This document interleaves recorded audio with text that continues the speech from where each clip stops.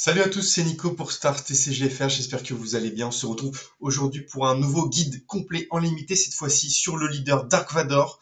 Ça fait un peu de temps que j'ai pas publié, pour être franc, j'avais beaucoup de choses à faire. Et puis là, j'ai réussi à arranger un peu mon setup, préparer mon second écran, surtout parce que pour faire du OBS en même temps, c'est quand même plus pratique d'avoir deux écrans, ça évite quand même. L'autre fois, comme j'ai switché, c'était un peu la loose. Donc pour rappel, qu'est-ce qu'on fait?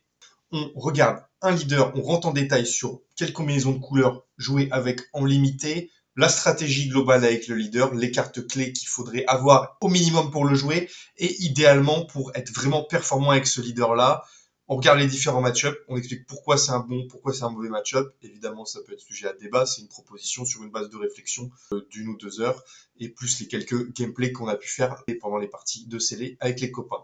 Ensuite, on passe sur les cartes off-color. Quelles sont les cartes qu'on aimerait jouer off-color?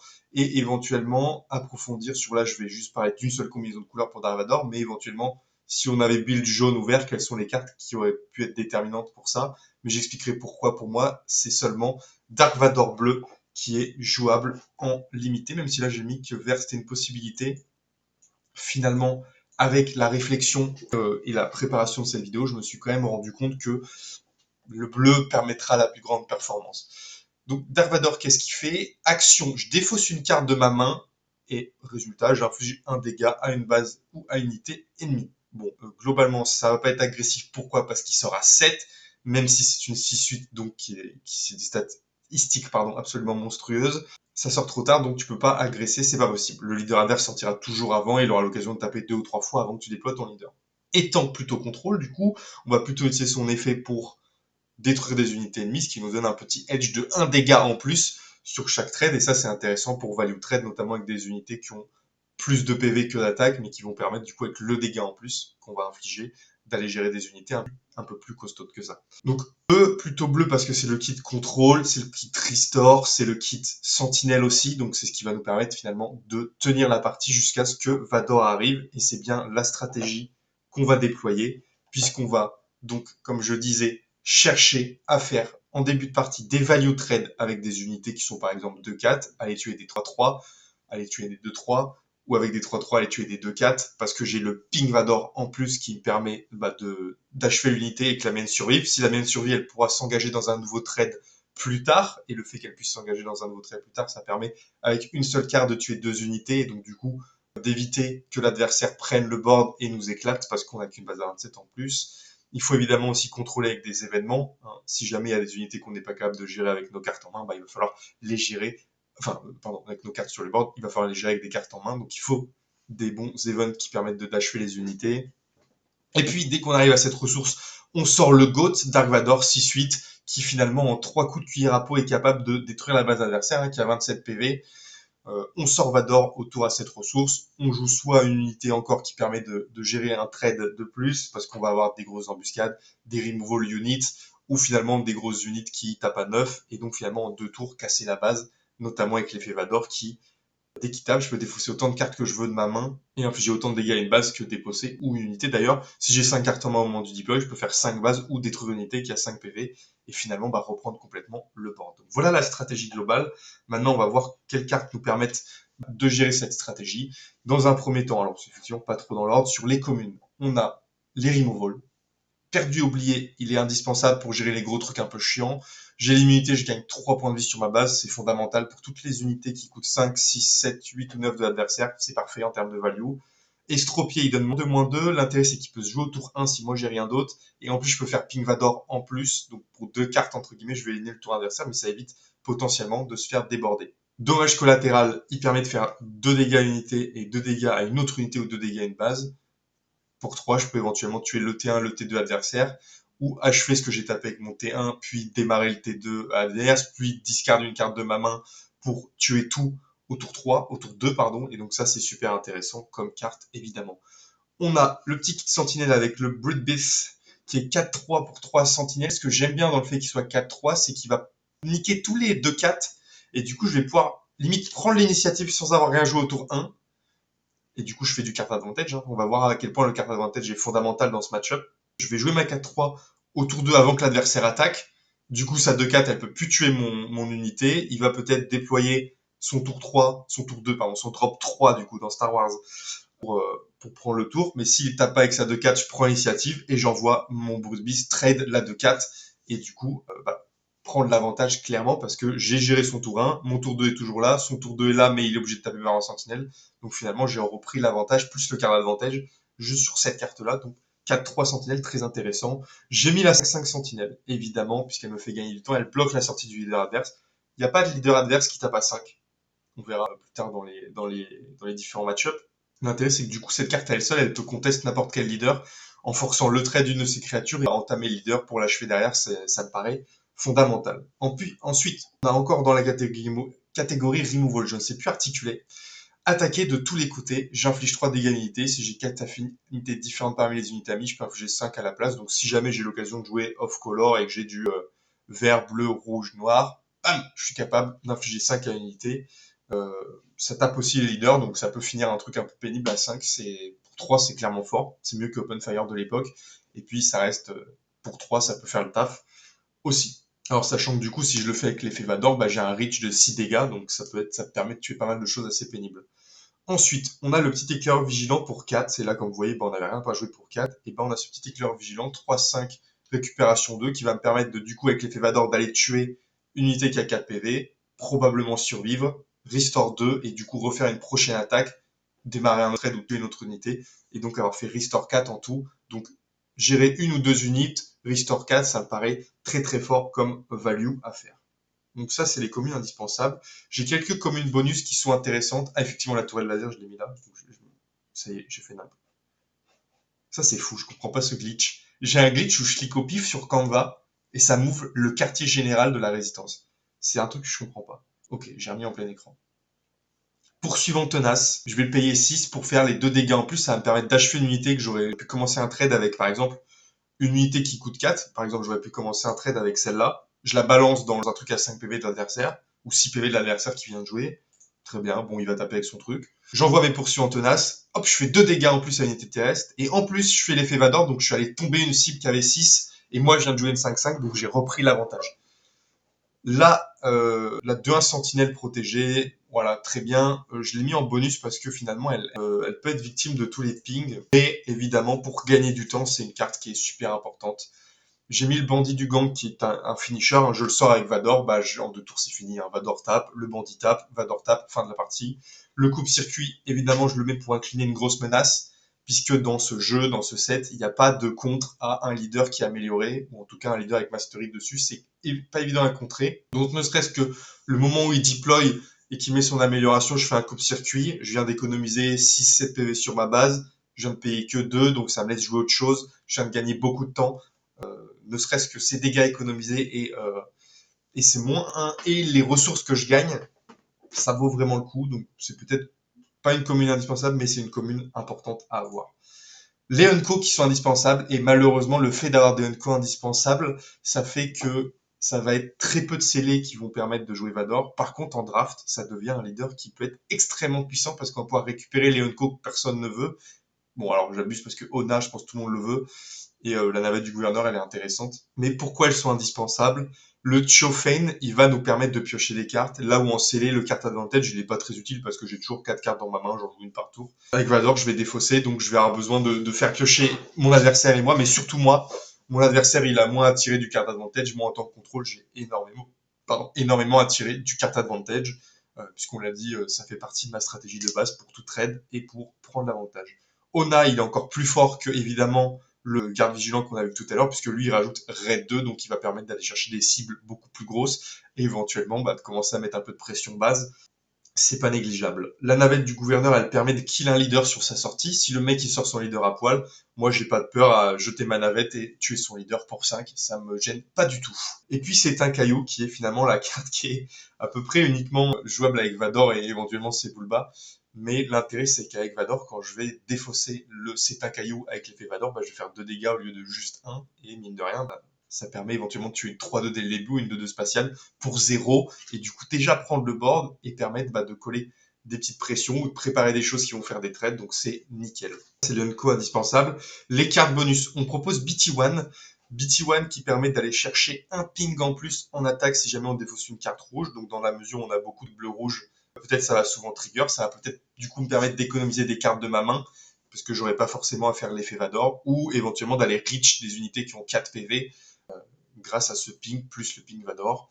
On a triple 0 que je mets pour les mêmes, euh, pas les mêmes raisons. Lui, c'est plus parce que c'est une 4-4 pour 3, donc ça permet de gérer le T1, le T2 en général, et ça permet de recycler du coup les cartes rouges que j'ai pu défausser de mon deck pour éviter de tomber à court de cartes. Donc il y a pas mal d'utilité quand même à ce triple 0. On a IG88, qui pour moi est un bonus dans la mesure où 6-3 shield, ça va permettre de faire 2 ou 3 trades, bon, disons 2 trades, ce qui est fondamental dans un deck contrôle, et d'autant plus que même s'il a fait que un trade et que derrière on a repris le board et on attaque, bah du coup on a quelque chose qui met 6 dégâts et qui est une menace absolue à gérer pour l'adversaire. Ensuite on a Mando qui est léger évidemment, mais il pioche une carte, et chaque fois que je pioche une carte pendant la phase d'action, je donne un bouclier à une unité, donc bon, ça permet l'effet, on va dire, il est subsidiaire, il permet de faire plein de trades à l'infini avec Mando, surtout de passer en mode agressif, mais surtout le petit, on pioche une carte qui, bah voilà, pioche une carte, ça permet de trigger l'effet Vador. Et puis derrière, on a Baylert Valence, qui est peut-être la rare presque fondamentale du deck. Alors j'abuse, c'est une 3-6 pour 5, c'est nul par rapport à un Ona, mais je pioche une carte et j'inflige des dégâts à une unité terrestre égaux au nombre de cartes que j'ai pioché à cette phase. Donc si j'ai pioché 1, 2 ou 3, bah, je vais infliger 1, 2 ou 3 dégâts et minimum 1 avec Baylert, ce qui permet d'aller chercher bah, du coup des cibles qui ont 4 PV facilement, 5 PV avec l'effet Vador, 6 PV si j'ai trouvé une carte pour piocher. Et malheureusement, dans ce set, à part Baylert et Mando et Chiofane, on n'a pas énormément d'options pour piocher, donc elles sont presque fondamentales dans le deck.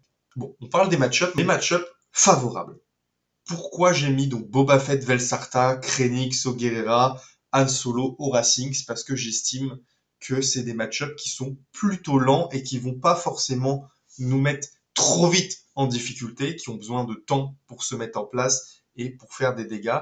Et aussi parce que c'est des match-ups qui tirent leur performance de la présence d'unités adversaires. Comme je suis contrôle, bah, en fonction de ce qui se passe, je vais pas forcément jouer des unités qui vont être facilement tradables, qui vont permettre de faire l'effet du leader, etc. Donc je pense surtout à Guerrera, à Boba qui va pas pouvoir faire son effet, à Han Solo qui inflige des dégâts à unité, bah ça sert à rien si je ne peux pas avoir mon unité, au Racing qui a besoin de faire son effet. Dans le fond, si je joue pas d'unité et que je suis plus en gestion, et bah je m'en fous qu'ils fassent leur effet. Krennic, je l'ai mis plutôt en contre. Enfin, je le compte parce que lui il crée des unités en lançant ses unités, donc tant mieux, moi je peux faire ma vie. Il enlève ses propres unités. Pour peu, moi je lui enlève ses unités, donc il peut même pas faire le crédit. C'est même un match-up qui va pas forcément me faire défausser des cartes. Les trades, il va vouloir plutôt faire son crédit que de laisser son unité en vie et que je la tue. Donc finalement, je vais faire pas mal de cartes avantage. Et mon deploy est beaucoup plus fort. Lui, c'est une 4-9, moi, c'est une 6-8 qui discarde ma main pour faire deux bases, enfin, infini base de plus. Donc, je vais gagner la course, probablement contre Krennic. Là où j'ai été un peu assertif en disant que j'avais un avantage contre Velsarta. C'est vrai dans la mesure où je bénéficie bien des crédits pour utiliser les bons removal. Et effectivement, après, quand je deploy, je vais être plus fort. Mais Velsarta, quand je deploy Vador, elle sera 6-9 parce qu'elle aura fait 2 fois l'XP.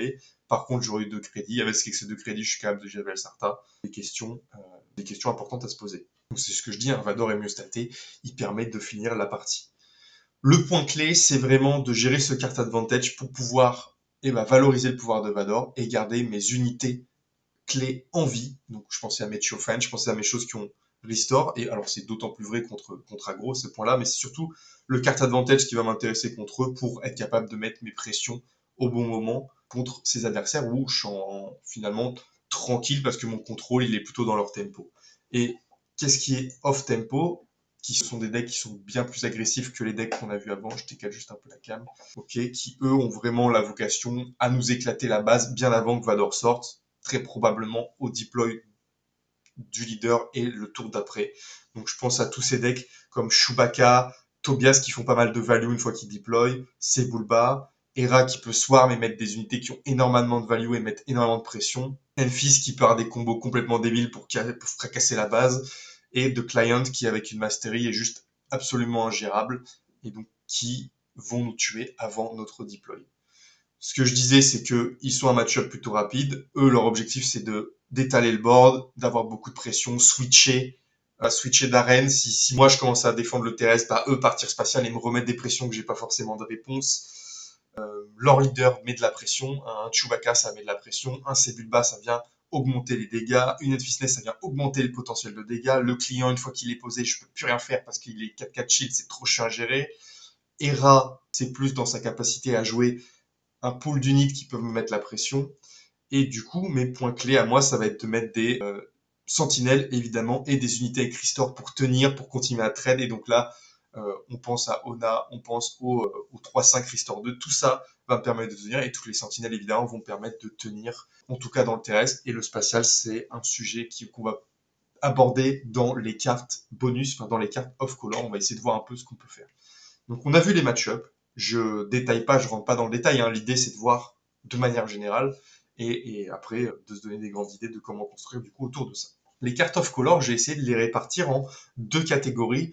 Plutôt un côté jaune, mais ce côté jaune, il justifie pas de jouer Vador en jaune parce qu'on perd des cartes trop importantes, notamment dans le bleu-rouge, on verra. En fait, j'ai fait un côté jaune, un côté vert en me disant peut-être que je peux jouer jaune et peut-être j'aurais pu jouer vert. Et je vais vous donner tout de suite la raison pour laquelle il faut ni jouer jaune ni jouer vert et pourquoi il faut quasi jouer que bleu et que bleu-rouge en l'occurrence, c'est parce que dans le rouge, bon, de toute façon on est obligé de le jouer, il y a les revolts, mais le bleu-rouge il nous apporte la pioche et le restore qui est essentiel, les sentinelles qui sont essentielles, mais du coup on va voir ce qu'on peut rentrer en off-color, en jaune et en vert, qui sont vraiment intéressants et en fonction du match. Donc là, j'oublie, ça permet de renvoyer un truc en main qui coûte 3 au moins. Donc si le mec a mis une menace qu'on ne sait pas gérer, pour 2 ou 4, je vais pouvoir la gérer. C'est très bien. Pour 2 ou 4 de gérer. Alors, de gérer, c'est renvoyer en main. Si, pour peu que le mec avait mis un jeton XP dessus parce qu'il jouait le Sartha, ça nous fait de la value. S'il a mis une amélioration dessus, ça fait de la value. On a l'inclinaison détenue pour interrogatoire qui permet en plus de gérer une carte de la main adversaire, donc c'est intéressant.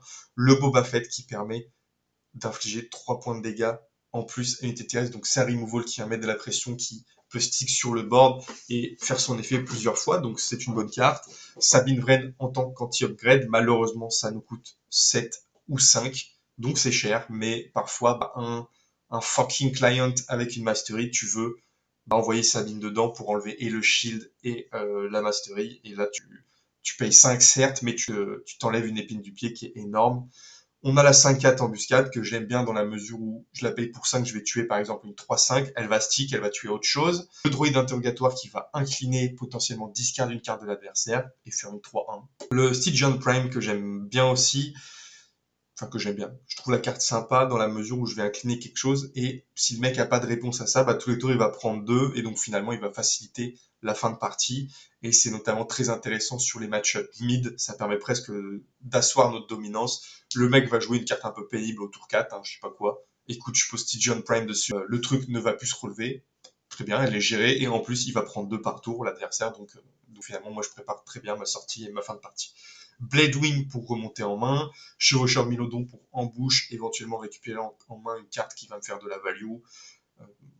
J'ai pas d'idée en tête, mais bon, dans tous les cas, le Chevaucheur il peut rester, il peut faire deux attaques probablement, donc tuer 2 unités ennemies. On a l'étranger pour sa capacité évidemment d'embouche et de faire deux removal en une. Le technicien Taudarien qui est une bonne option pour avoir un T2 en plus. Restore 1, Raid 1, ça tue tout avec l'effet Vador. Et en plus, j'ai un petit restore qui va me faire gagner un peu de temps. Si jamais l'adversaire le tue pas en plus, mine de rien, je vais me restore 2, 3. Voilà, bon, peut-être pas plus parce qu'il y a un moment où si c'est moi qui fais la course, c'est un peu risqué. Le petit Finn, évidemment, embuscade, 6-5, ça tue tous les leaders. Et en plus, je donne un bouclier unité non unique, donc pour peu que j'ai un petit truc qui traîne, je sais pas quoi, celui-là, la 5-4, pourquoi pas lui donner un shield pour faire plusieurs trades. Côté bleu, on retrouve beaucoup de belles cartes. On a le Latrati, oula, éternuement. Ok, pardon. On a le Latrati, donc qui permet pour 3 d'avoir une 2-1 shield qui fait 2, plus un ping Vador qui fait 3, ou d'avoir une 3-2 qui fait 3, et plus un ping qui fait 4 avec l'effet Vador, donc, et d'avoir une 3-2 sur place, donc ça permet de gérer le T2 du mec ou le T1 du mec, et d'avoir un body, donc qui va permettre de stick. Le Getter Lépi, si je joue contre un gros, en vrai, 3-1 pour 2, elle va faire 2 attaques, donc elle va tuer 2 unités, et pour peu, si le truc a 4 PV, je suis en mesure de tuer avec l'effet Vador. Bon, on n'a plus aucune raison d'avoir peur, C'est un removal, ça donne +2/+2 à une unité, et j'inflige les dégâts égaux enfin, je tue une unité qui coûte moins, qui a moins de puissance, c'est quoi? Ma puissance est inférieure, donc en fait, je vais pouvoir faire 2 trades, je vais tuer une unité avec l'effet. Par exemple, je sais pas sur quoi, je le pose sur mon Ona, hop, Ona il tue un truc qui a 5, et après Ona il se match à 7, donc il tue un leader, il tue une Fitness, etc. Bon, il y a le Hondstus qui est pas mal parce que s'il termine son attaque, il peut tuer une unité adverse. Donc finalement, c'est une bonne carte de fin de partie pour vraiment bloquer la table. J'ai mis Dengar dans la mesure où c'est une 4-3, donc pour la même raison que Brute Beast, ça pouvait être intéressant. Et en plus, allez, si jamais il nous fait un petit crédit, ouais, c'est toujours sympa d'aller récupérer un crédit en plus quand on a un deck assez contrôle avec des unités très bonnes en late game. J'ai posé le chasseur patient. Et je suis en train de me rendre compte que ça marche pas parce qu'il est vert jaune. Est-ce que je suis prêt à le payer 6? Je sais pas, mais ça me permet, c'est une solution en plus pour incliner au choix une unité adverse. Donc c'est pratique dans le sens où une fois qu'il est sur la table, il va pouvoir incliner à tous les tours une unité adverse. Et donc je trouve ça très correct. Tant qu'il est pas géré, il va casser les couilles, quoi. Bon, j'ai posé le chasseur snub pirate aussi. Ça fait une 2-3 en bouche, mine de rien. Il y a pas mal de vaisseaux 2-2 ou même 2-3. Bah, j'en bouge dedans, effet Vador, c'est géré. Et voilà, en fait, c'est pas une mauvaise option. Peut-être une carte de side. En fait, tout ça, c'est des cartes de side, si vous voulez. À partir du moment où c'est jouable off-color, c'est une carte de side qui va dépendre que vous allez rentrer en fonction du match-up. Donc, il faut les avoir en tête en fonction de ce que fait l'adversaire. Si tu as vu qu'il joue des 2-2, bah, tu mets ton snub en side et tu vas prendre la value dès le début et ça va probablement bien te mettre dans la partie si l'adversaire ne peut pas attaquer en première action et qu'il va être obligé de jouer une unité, que toi, du coup, tu vas pouvoir jouer en fonction de l'unité qu'il a joué. Ça donne beaucoup d'avantages d'avoir ces informations-là. Le duo impitoyable qui va permettre d'infliger 2 dégâts à une unité terrestre. Bah, très bien, je finis un truc, ou je fais un truc, je tape à 2, je viens finir avec une unité terrestre, ou je viens faire Pink Vador, et en attendant, j'ai posé une 3-5, donc c'est très cool. J'ai mis le mercenaire sacrifiable, dans la mesure où il va me faire ramper, mais surtout, je vais faire 3 plus 1, donc 4 dégâts, avec l'effet Vador une fois de plus. Et effectivement, le petit ramp qui permet de sortir un tour plus tôt contre tous les decks, comme j'ai dit tout à l'heure que je contre, bah finalement, c'est une manière d'assertir ma dominance, parce que je vais sortir Vador en même temps qu'eux, et là, ça n'a plus rien à voir. L'uppercut magistral, évidemment, super removal. Je donne un XP à une unité, je claque une unité qui a les dégâts. Attends, c'est quoi? J'inflige des dégâts. Donc si j'ai 6 de puissance, boum, je fais 6 dégâts. Donc ça tue un peu tout. Ça peut renforcer un Ona, donc Ona Vastic. Ça peut renforcer un Chofan Vastic, etc., etc. Ces unités qui sont fondamentales, bah, elles vont rester plus longtemps grâce à ça. Et puis j'ai mis la petite 3-4 sentinelle à plomb qui fait du coup 2 trades a priori de par son aplomb, donc très intéressante. Voilà pour cette vidéo, 20 minutes, c'est pas mal, ça me paraît un bon format pour se renseigner. Vraiment l'objectif pour vous, c'est voilà, d'avoir 20 minutes, ce condensé de réflexion que j'ai pu avoir, que les expériences que j'ai eues dans les échanges, et moi ça me force la discipline de me poser les questions pour les tournois en limité, pour être performant, pour savoir ce qui va être performant, parce que de toute façon si je faisais pas cette vidéo, j'aurais pas fait cette démarche, et j'aurais pas progressé, et puis vous du coup vous allez commencer de réflexion en même pas 2 heures. J'espère que ça vous a plu. N'hésitez pas à venir en commentaire pour discuter voilà, de ce que vous avez pensé, si j'ai oublié des petites cartes qui pourraient être importantes. Et abonnez-vous, likez, et on se dit à très vite pour une prochaine vidéo. Ciao tout le monde.